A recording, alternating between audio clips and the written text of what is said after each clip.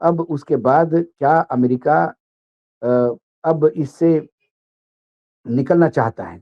सवाल ये है, क्योंकि कुछ खबरें ऐसी भी आ रही है कि अमेरिकन राष्ट्रपति डोनाल्ड ट्रंप ने अपने सोशल मीडिया ट्रूथ पे जो कुछ कहा है, उसको लेके एक खबर है, युद्ध रोकने की बातचीत शुरू, 5 दिनों अमेरिका ऊर्जा ठिकानों पर हमला नहीं करेगा अमेरिका। अमेरिकी राष्ट्रपति डोनाल्ड ट्रंप ने ईरान पे होने वाले हमलों को 5 दिन के लिए टाल दिया है। यह फैसला दोनों देशों के बीच जारी सकारात्मक बातचीत के बाद लिया गया। इसके पहले ट्रंप ने होर्मुज स्ट्रेट खोलने की चेतावनी दी थी। ईरान ने भी जवाब में कड़ा रुख अपनाया था, जिसमें पूरे क्षेत्र में तनाव बना हुआ है। ईरान और अमेरिका के बीच युद्ध रोकने को लेकर बातचीत शुरू हुई है, ऐसा अमेरिका के राष्ट्रपति कह रहे हैं। अमेरिका के राष्ट्रपति डोनाल्ड ट्रंप ने दावा किया कि ट्रंप के मुताबिक पिछले 2 दिनों में ईरान और अमेरिका के अधिकारियों में पीस डील को लेकर बातचीत है। ट्रंप का कहना है कि इस वजह से अगले 5 दिनों तक वॉशिंगटन ईरान के किसी भी ऊर्जा ठिकानों पर हमला नहीं करेगा। ट्रूथ पर ट्रंप ने लिखा, पिछले 2 दिनों में काफी रचनात्मक बातचीत हुई। हम उम्मीद करते हैं कि इस सप्ताह में के अंत तक समझौता हो जाएगा, जब तक ईरान के पावर प्लांट्स और एनर्जी इंफ्रास्ट्रक्चर पे कोई हमला नहीं करेगा। ट्रंप ने अमेरिकी रक्षा विभाग को निर्देश दिया है कि फिलहाल ईरान के पावर प्लांट और ऊर्जा ढांचे को कोई हमला न किया जाए। उन्होंने यह साफ किया कि यह फैसला बातचीत के नतीजों पर निर्भर करेगा। अगर बातचीत सफल नहीं होती है तो आगे फिर सैन्य कार्रवाई हो सकती है। इस पर ईरान की सरकारी मीडिया ने कहा, ट्रंप फिर पीछे हट गए हैं। ईरान के विदेश मंत्रालय ने भी ट्रंप के बातचीत के दावे को खारिज कर दिया है। मंत्रालय का कहना है कि ट्रंप से प्रत्यक्ष या अप्रत्यक्ष रूप से कोई बातचीत नहीं हुई। एक और झूठ सामने आया है। एक जो डोनाल्ड ट्रंप ने जो सोशल ट्रूथ पे अंग्रेजी में जो कहा है, वो भी आप देख सकते हैं। I am pleased to report that the United States of America and the country of Iran have had over the last 2 days very good productive conversations regarding the complete and total resolution of the hostiles in the Middle East based on the tenor and the tone of these detailed and constructive conversations, which will continue throughout this week. I will instruct the Department of War to postpone any and all military strike against Iranian power plants and the energy infrastructure for the 5 days period, subject to the success of the ongoing talks. हार्मोज को लेके तो वैसा भी एक tension है। एक मामला सामने आया कि जब स्टेट ऑफ हार्मोज को लेकर तनाव बढ़ा गया है, इसके पहले ट्रंप ने ईरान को 48 घंटे के अंदर रास्ता पूरा खोलने की चेतावनी दी थी। उन्होंने कहा था कि अगर ऐसा नहीं हुआ तो ईरान पर बड़े पावर प्लांट पर हमला कर सकता है। इसके जवाब में ईरान ने भी सख्त प्रतिक्रिया दी थी और ईरान ने कहा था अगर उसके पावर प्लांट्स या दूसरे जरूरी ढांचे पर हमला हुआ तो वह हार्मोज स्ट्रेट को पूरी तरह से बंद कर देगा। यह समुद्री रास्ता दुनिया के लिए बहुत महत्वपूर्ण है, आपको कई बार हम बता चुके हैं। ट्रंप के ईरान के शांति समझौते के लिए अपने पुराने 2 दोस्तों पर भरोसा जताया है। ट्रंप ने ईरान से बातचीत के लिए स्टीव विटकॉफ और अपने दामाद जेरेड कुशनेर को अधिकृत किया है। दोनों ही दूत ईरान के साथ बातचीत करेंगे। दोनों की कोशिश है कि उनकी मांगे मनवाने की होगी, जो ईरान से पहले मान नहीं रहा था। ईरान को लेकर अमेरिकी 5 मुख्य मांगे हैं, जिसपे हमने पहले भी बताया था कि हरमुज को खोलना है, परमाणु हथियार न बनाना, मिसाइल भंडारण सीमित करना, प्रॉक्सी को फंड न देना प्रमुख है। ईरान सिर्फ परमाणु समझौतों को लेकर बातचीत करना चाहता है। ईरान के विदेश मंत्री अब्बास अरागची के साथ अमेरिका के साथ अब कोई बातचीत नहीं होगी, जब भविष्य में कभी भी हमला करने की गारंटी नहीं मिलेगी। ये बातचीत के सोशल मीडिया में ट्रंप आया तो तब एकदम क्रूड ऑयल के प्राइसेस भी $3-4 एकदम कम हो गए, उनको लगा रुक गया। लेकिन बेसिकली इसमें भी ट्रंप ने रास्ता ढूँढने का प्रयास किया। ट्रंप के 48 घंटे का जो वार्निंग था, वो अब खत्म हो रहा है। वो जब वार्निंग खत्म हो रहा है, तो फिर ट्रंप के पास जो उन्होंने वार्निंग दी थी, उसको एग्ज़ीक्यूट करने का समय आ गया है। वो एग्ज़ीक्यूट करने की ना उनकी औकात है, ना क्षमता है, ना स्थिति है।